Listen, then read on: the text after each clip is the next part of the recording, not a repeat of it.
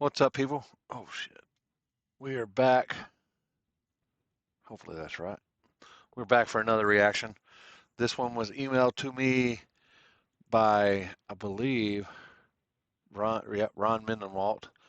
Uh, it is from uh, David Sloane. He is a lawyer out of here, I believe. Uh, it's just this. Let's see here. Yeah, Texas caught vapes confiscated weed on cruiser camera. It's the 420 lawyer, which is David Sloane. He's the guy. I might have to subscribe to his channel just to because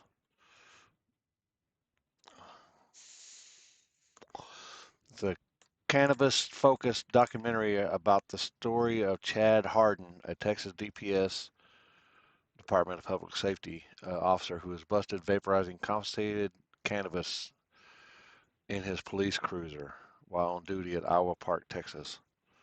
Oh boy. If we're firing people over smoking vape stuff for on the job while they're on the job, I've been fired a long time ago. Uh, but they said the with the laws changing and stuff nowadays is I don't know. So it's a documentary, people. It's a documentary, and Texas caught vapes confiscated weed on carriage camera. So there you go. Thumbs up. Thumbs up helps the channel grow as well. So you can give a thumbs up or thumbs down. It don't matter. Whatever you feel like you gotta do. If you gotta give me a thumbs down, then so be it, man.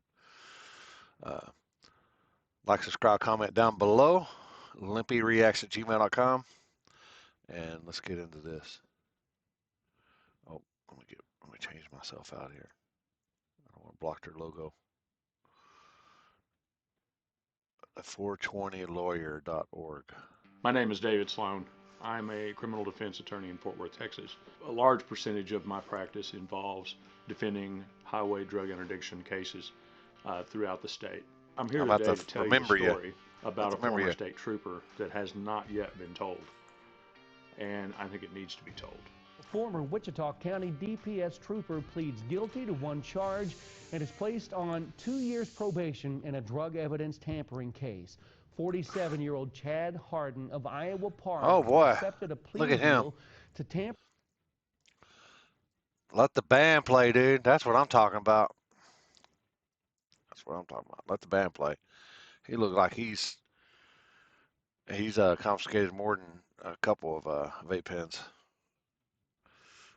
Tampering with or fabricating evidence with intent to impair an investigation.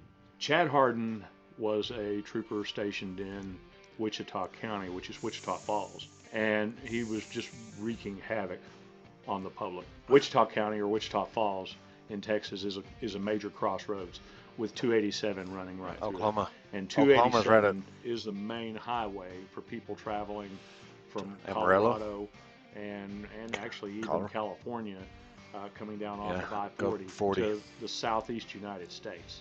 Mr. Harden was stopping traffic left and right. He's lauded himself as being the #1 interdiction trooper in the state of Texas, and I believe that's accurate. His arrest rate was much, much higher than those of his similarly situated peers. I actually had my own background investigation done on him and everything, and let me tell you why. When people get arrested for having small amounts of marijuana or THC or something like that, generally speaking, if the officer arrested him fair and square, he didn't lie about the reason for stopping him, or he didn't lie about the reason, his justification to search him, treated him with the respect that they were due, there's no hard feelings. All right, we all be careful. Have a safe trip. Thank you, sir, for yes, sir. Let me make it. Okay. Being understanding. Yes, sir. There's a closure with my client as we're walking out of the courthouse. They're not mad at that officer. He was just doing his job. But not with this guy. Oh boy. Never with this guy.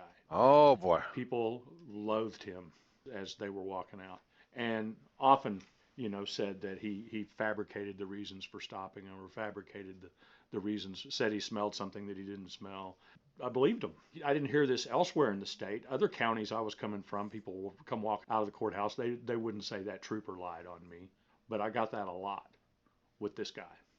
He stopped a lot of people, and for very, very small amounts of cannabis or THC, really, really wreaked havoc on them. In particular, the patients, the people that were traveling with medications that were legal in their state, or it was legal in the state where they had bought it or whatever, and they were just passing through Texas. They'd leave out of here with a felony on their record. So anyway, I received a notice from the state indicating that it's called a Brady notice, and that's where the state has to disclose to you if there's something wrong with their case. And I had a number of cases in Wichita County involving this trooper, and they just sound like this man's got he's short man syndrome. To me, sound like he's short man syndrome. He's got a chip on his shoulder, or he's got something to prove.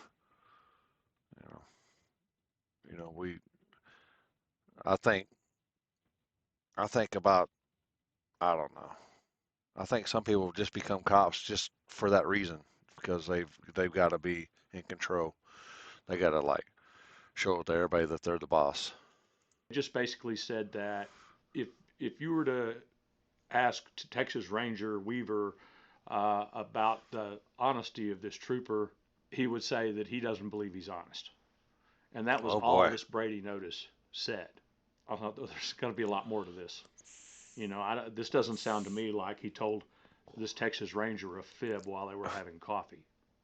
There's certainly a lot more going on with this case. You got good ones, you got bad ones. The cases I had involving this trooper were all felonies, and first the state offered to reduce them to misdemeanors when I started questioning this Brady notice I got, and I wasn't accepting that. And then they dismissed the cases outright. And then now certainly I was very curious what happened. Well, lo and behold, a few weeks later, this trooper had resigned, and he had been accused of mishandling evidence, tampering with it. But he was also charged with possession of a controlled substance. So that certainly piqued my interest as to just exactly how he'd been mishandling it. Now, the media just blew right past it. Harden was involved in scores of traffic stops and drug cases in past years, most along US 287. Hundreds, if not thousands, of pounds of marijuana and other drugs were seized, along with, in many cases, thousands of dollars in cash. Apparently, they just weren't asking the right questions. And immediately I started asking a lot more questions. I hit the Department of Public Safety with a flurry of public information requests, and they were opposing me at every turn. The main one that kind of left me dead in the water was that it was pending a prosecution. This happened all back in 2019, right before COVID hit, so there's been a lot of delays anyway. But on a weekly basis, I started checking the mainframe up in Wichita County to see when the criminal cases against this trooper were disposed of. And as soon as they were, then I was right back on their doorstep. Highway patrol cars in Texas, they have cameras hidden in the headliners of the patrol car. And that's one of the things that an interdiction trooper will do, is they'll stop you and they'll just be just as nice as they can possibly be. Oh, you were speeding, but I'm going to give you a warning. Come on back here and have a seat in my car. Let's be friends, back there, and getting you back there so that they can have an on-camera interview with you. They're getting ready to interrogate you on the side of the road on camera. You ever been arrested for anything? What have you been arrested for? Possession of marijuana. Part of my request was I wanted all videotapes from this trooper's car. I wanted not only the one pointed through the windshield, but I wanted the videos of what's going on inside the car. And lo and behold, I got the answer that I was suspected. I've had a lot of clients over the years wonder when the police took their marijuana if they weren't using a little bit of it themselves. And I can say that there have been times the band play. I had a client that had just been to wherever it is they got what they got, and they knew that the weight or the measurements of what they had in their possession was exact. And when we get the lab report back, it's a little light in terms of what the person says they actually had when they got One way to not have to pay for it. Doesn't happen often, Become but a cop. It does happen.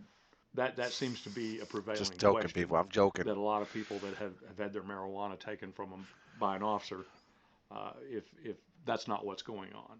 And that's what was going on here. This trooper stopped a man on his way back from Colorado, allegedly stopped the man for speeding, ended up searching his car, took some vape pens from him. No vape pen cartridges with THC? No? Yeah.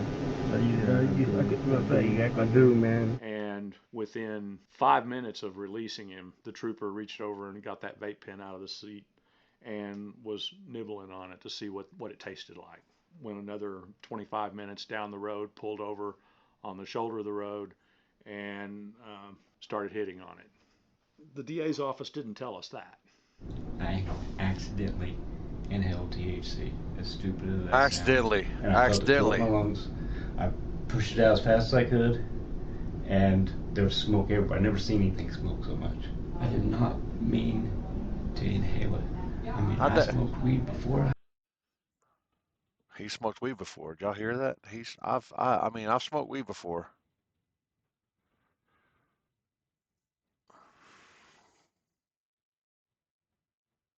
Highway Patrol, I told them whenever I came in, I told them all about that. That's embarrassing. I was wigged out. Basically got caught in his own trap. He videotaped on his own camera, tampering with evidence, as they called it. But what disturbs me is the Texas... What's the old saying? You give them enough rope, they'll end up hanging themselves? Rangers found 20 other cases where this trooper stopped somebody, took their contraband, their THC or their marijuana, and it never made it to the evidence box. You know, he just said, I'm going to send this into the state lab for destruction, and it never made it. And what troubles me is the district attorney's office knows about those 20 other Just cases. make it legal everywhere, people. I mean, it's Shit. on video, the trooper taking the contraband, and it never making it to the evidence box. That, and along with the video of what he's actually doing with this stuff, I don't understand why the trooper was charged with just one count of tampering with evidence and just one count of possession of a controlled substance. I could understand maybe not charging him with multiple counts of possession since they don't actually have the substance there to test.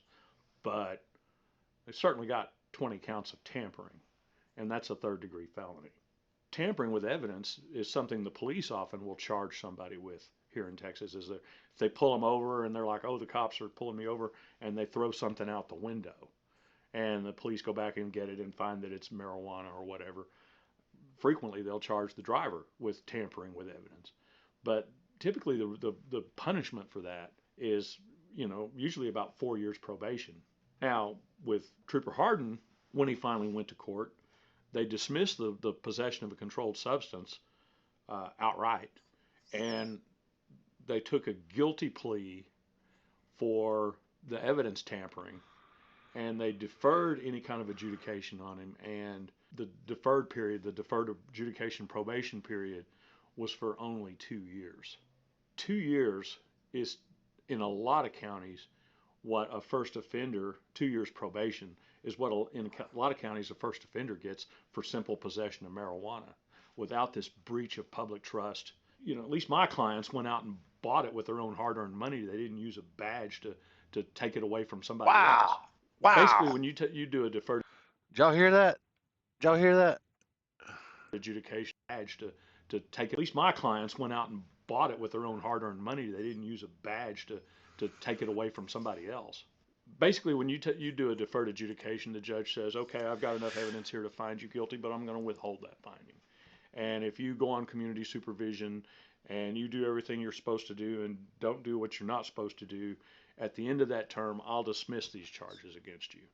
And at that time, the person who was on community supervision can have the record sealed from public view.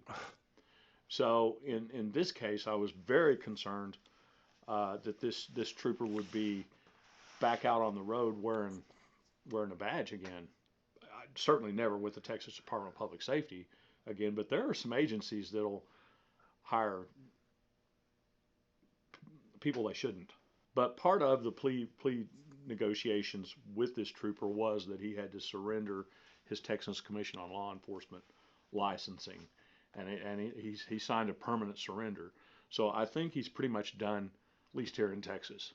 In every profession, you've got good and bad people. Wonder if they can go out of state. People that are there doing all the right things for all. It should the right be reasons. statewide. And I think that, again, Texas, the Department of Public Safety does a very good job screening their employees. Just occasionally a dud gets through, like this one. But there's nothing to assure the public that an officer's going to do what they're supposed to do or not supposed to do, but our faith. We have to place faith in them that they're going to do the right thing. Very easily to pinch from the cookie jar if that's what an officer's of a mind to do. Now, a lot of the larger agencies, they have the money and the resources and the internal and systems and checks and balances with random drug testing and things like that, where they could often catch an officer if he was doing that. But I see a lot of rural agencies that they don't have the budgets for those kinds of things, to keep everybody on the straight and narrow. Now, I would say this. I have no doubt that Chad Harden was a rock star with the Texas Department of Public Safety. I saw a lot of evidence of him being called upon to speak about his prowess and the job he does in interdiction, and it seems to have been all mopped up now. I can't find exactly what these functions were again, but I saw them over the years. He was their poster boy. He was their golden boy. And looks I have better little my doubt mugshot that there's going to be law enforcement officers watching this video. And if you've got an officer that's standing head and shoulders over their peers, all things being substantially the same in terms of the volume of calls and volume of activity and all that, but if they're standing head and shoulders over their peers in the number of arrests they're making, instead of focusing on how they're doing everything right, you might better be looking to see if they're doing something wrong. Good example with this trooper. Now, a lot of times, he had a reason to stop people or whatever. I mean, they made it easy for him. They were speeding or something like that. But I had a lot of instances with this trooper where it was something he claimed to have seen, but it was always, when I would go back and look at the video, what he saw was so far out of range of the camera, you really couldn't tell. I didn't get that with other troopers. Other troopers, if they said, the driver failed to stop at a designated line, I know where that mofo sat too all the time.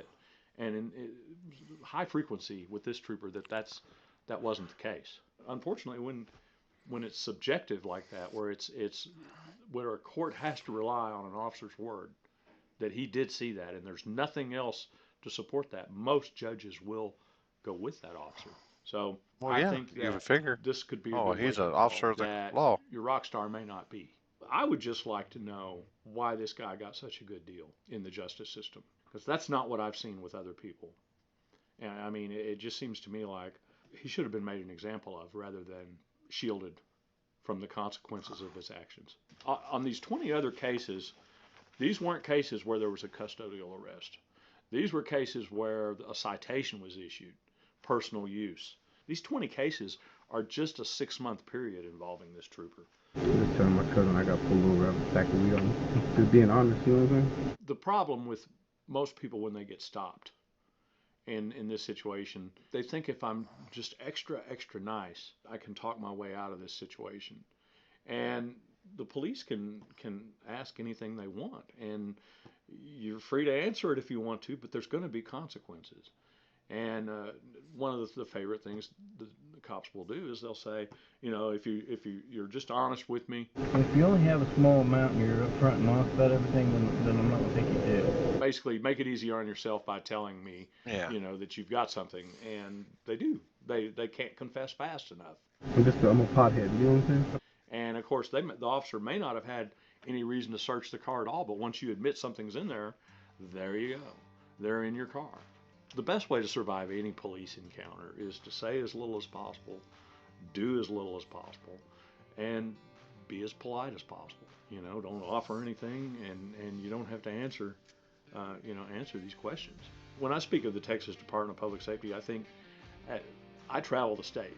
I go to rural counties where there's really nothing but, well, if you look at the map there, you'll see that every one of those counties I've been there at least once, and most of them multiple times. I think I'm in a better position to speak about our highway patrol than any other lawyer in the state. It's my hope that this man never wears a badge again.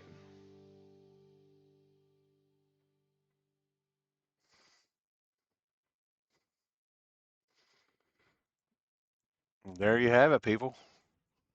The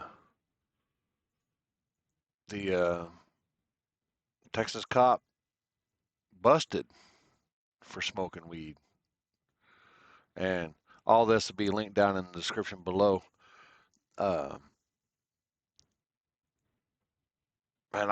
because I go out to a track out there, and when I used to pick up cars and stuff, there's a repo lot out there that I used to pick up at all the time. So when I seen where that guy was sitting, I was like, yeah, because it was just outside of Wichita Falls is where is actually where he'd sit. But you don't know. You get thumbs up. 420 lawyer, y'all go give him. He sound like he knows a lot. He sound like he's a true guy there. David Sloane is his name. Like, subscribe, comment down below. LimpyReacts@gmail.com. Y'all have a good one. Later.